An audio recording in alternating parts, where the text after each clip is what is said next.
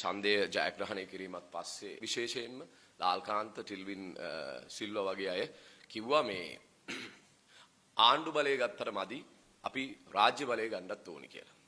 එතනදී අපි පළවෙනියටම කියන්නට ඕනේ රාජ්‍ය පරිපාලන සේවයට පයින් ගහලා තමන්ගේ කැම්පස් එකේ ඉඳපු යාළුවව රාජ්‍ය පරිපාලනයේ ඉහළම තනතුරට දැම්මා. අපි දන්නවා ආචාර්ය නන්දික සනත් කුමාරනායක මහත්මයා තමයි ජනාධිපතිතුමා තමන්ගේ ලේකම්වරයා විදිහට පත් කරගත්තේ.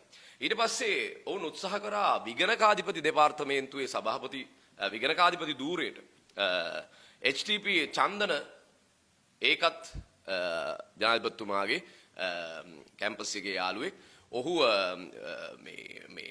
ඔහු මේ විගණකාධිපති දෙපාර්තමේන්තුවේ කෙනෙක් නෙමෙයි.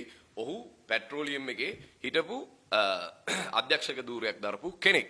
ඉතින් ඒ පත්වීම් දෙක නොනවත්වාම ඔවුන් ඉදිරියට කරගෙන ගියා.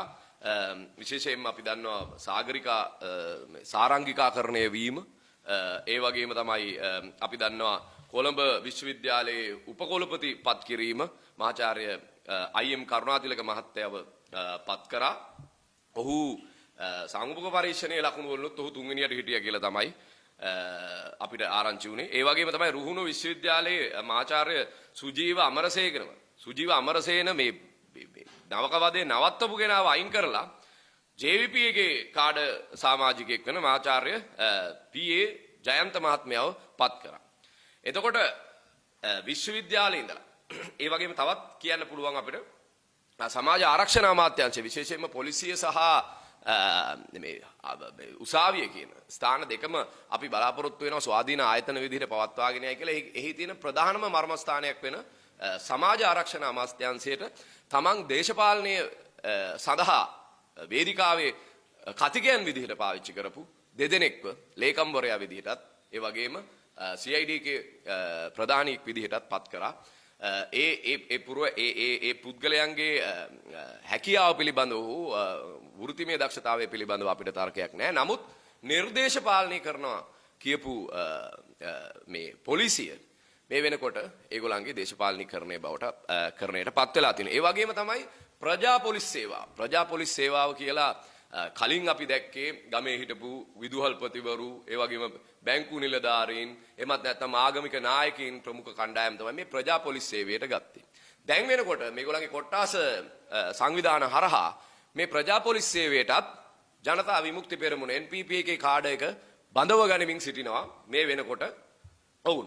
ඒ වගේම හමුදාවෙන් විශ්‍රාම ගිය 20000ක් පොලිසියට බඳව ගන්නවා කියලා කියනවා. එතනදිත් මේ විශ්‍රාමික සේවයේ ඒ කියන්නේ විශ්‍රාමික කණ්ඩායම් විදිහට ජනතා විමුක්ති පෙරමුණේ ඡන්ද කැම්පේන් එකට උදව් කරපු අය නැවතත් බඳවා ගැනීමක් තමයි මේන් තුලිනුත් සිද්ධ වෙලා තියෙන්නේ. මේ නෙළුම් මාවතෙන් ලංකාවේ මුදල් අමාත්‍යාංශය කන්ට්‍රෝල් වෙනවා කියලා. දැන් වෙනකොට අපි දකිනවා ලංකාවේ මුදල් අමාත්‍යාංශ ලේකම්වරයා විදිහටත් පත් කරගන්නවා ආචාර්ය හර්ෂණ සූර්යපෙරුම මහත්මයා.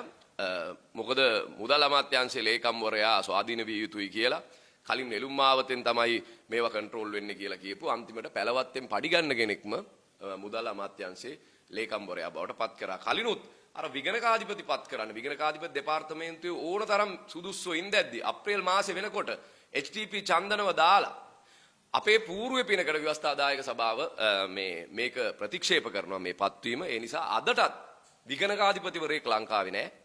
සමාජ ආරක්ෂණ අමාත්‍යාංශයේ ඉඳලා මහජන ආරක්ෂක අමාත්‍යාංශයේ ඉඳලා මුදල් අමාත්‍යාංශය දක්වා විහිදුණු සියලුම තනතුරු වල විශ්වවිද්‍යාලවල මේ සියලුම තනතුරු වලට අර කිව්වා වගේ ආණ්ඩු බලය අරන් සෑහීමකටපත් නොවි රාජ්‍ය බලය අල්ලන්න ඔවුන් පුද්ගලයන්ව පත් කරමින් යනවා. ඉතින් අද වෙනකොට මේ දලදා මාලිගාවේ නිලමේ තැනේ ඉඳන්ම මේ විශ්වවිද්‍යාලවල එහෙම නැත්නම් මුදල් අමාත්‍යාංශයේද රාජ්‍ය පරිපාලනයේ ඉහළම තනතුරු වලට මේ හැම තැනටම තමන්ගේ ගජමිතුරු සේවනය ව්‍යාප්ත කරන්න මේගොල්ලෝ වැඩ කරගෙන ඉන්නවා. එහෙම ගජමිතුරු නැත්තම් ගිහිල්ලා හොයාගෙන ගිහිල්ලා තමන්ව විවේචනය කරපු තමන්ව ප්‍රතික්ෂේප කරපු අය ළඟට පවා මේ දේශපාලනය තුල යන්න මේ පාරිශුද්ධ දේශපාලන ව්‍යාපාරය අද වෙනකොට පෙළඹිලා තියෙනවා.